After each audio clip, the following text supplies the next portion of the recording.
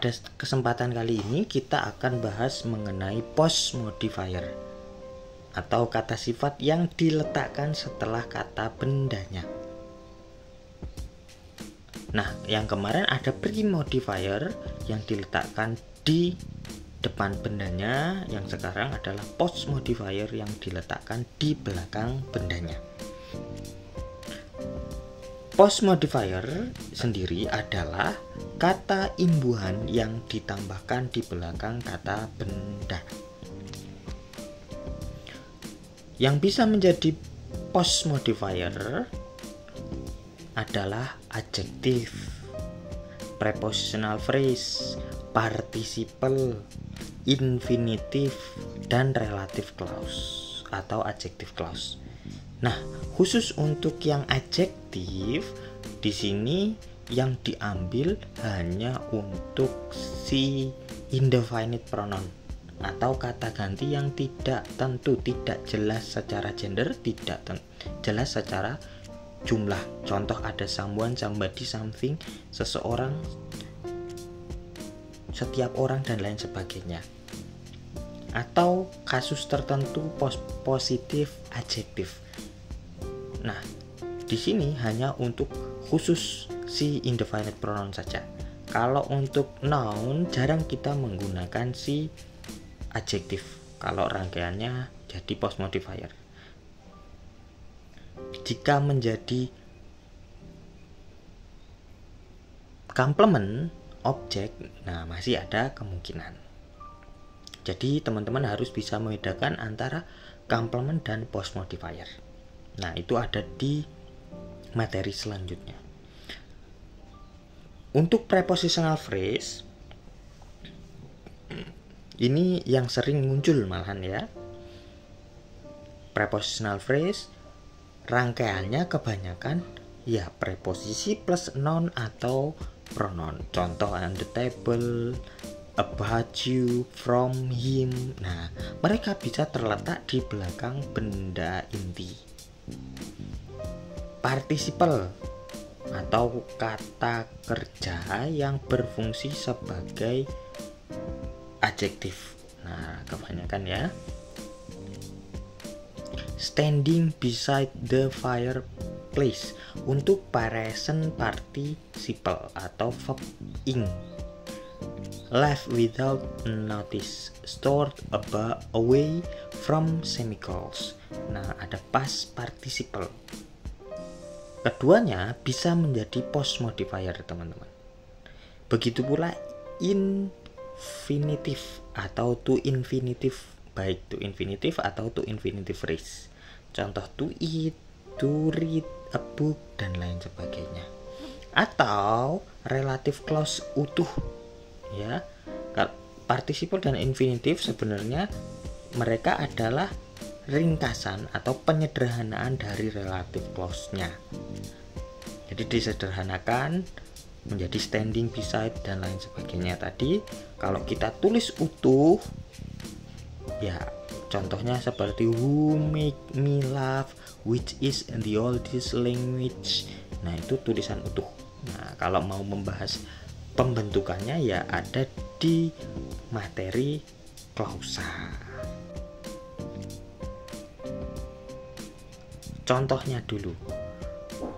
Untuk adjektif khusus untuk head berupa indefinite pronoun someone, somebody, something. Contoh, ada someone special is you, seseorang yang spesial adalah kamu. You make John happy, kamu membuat John happy. Nah, ini yang seperti yang saya bilang tadi, khusus kasus tertentu untuk yang noun yang diikuti adjektif.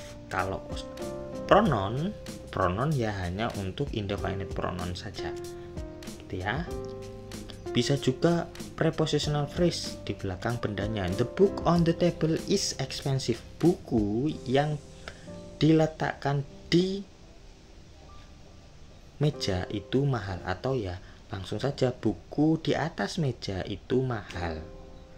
Nah, intinya buku di atas meja kan inti yang dibicarakan yaitu buku. Sama halnya dengan tadi someone special is you. Yang spesial siapa? Someone, ya seseorang. Yang happy siapa? John. You make John happy, ya John yang bahagia. Nah, begitu pula some participle-nya. Participle atau participle phrase. Tadi ada standing beside the fireplace. The man standing beside me is my brother. Nah, contoh saya ambil begitu saja ya. Laki-laki yang berdiri di samping saya adalah kakak saya.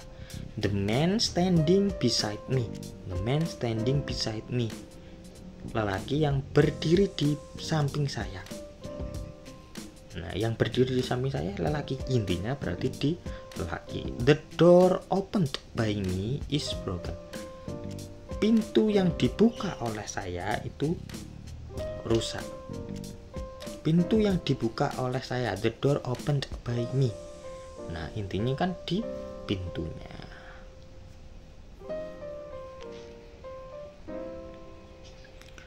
Contoh kompleks non phrase.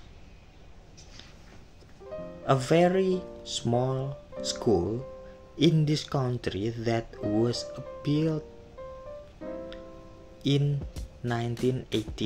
Nah, ada pre-modifier di depan berupa a very small. Sedangkan inti rangkaian kata tersebut adalah school. Nah, penjelas lainnya ada post modifier di belakangnya. In this country that was in 1918. Nah, makna keseluruhannya sekolah yang sangat kecil di negara ini yang dibangun pada tahun 1980. Rangkaian kata tersebut di atas meski panjang akan tapi belum berupa kalimat, teman-teman. Masih berupa rangkaian kata yang belum berupa kalimat dari kata benda atau frasa dari kata benda. Nah, kalau kita pecah satu persatu, pre-modifiernya ada a yang berupa determiner, very berupa adverb, small berupa adjektif. Nah, mereka semua berada di depan kata bendanya, berarti namanya pre-modifier. Nah, karena intinya kan sekolah. Yang kita bicarakan sekolah. Sekolah yang sangat kecil. Nah, sekolah yang sangat kecil. Nah, yang sangat kecil apa? Sekolahnya. Terus post modifiernya berupa in this country that was built in 1918. Ada prepositional phrase berupa in this country dan relative clause that was built in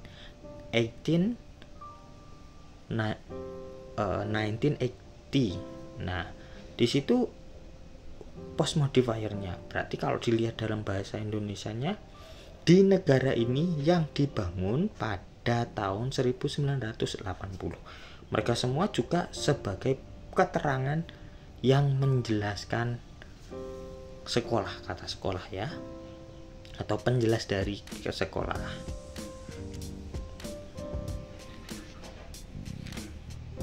Thanks for watching.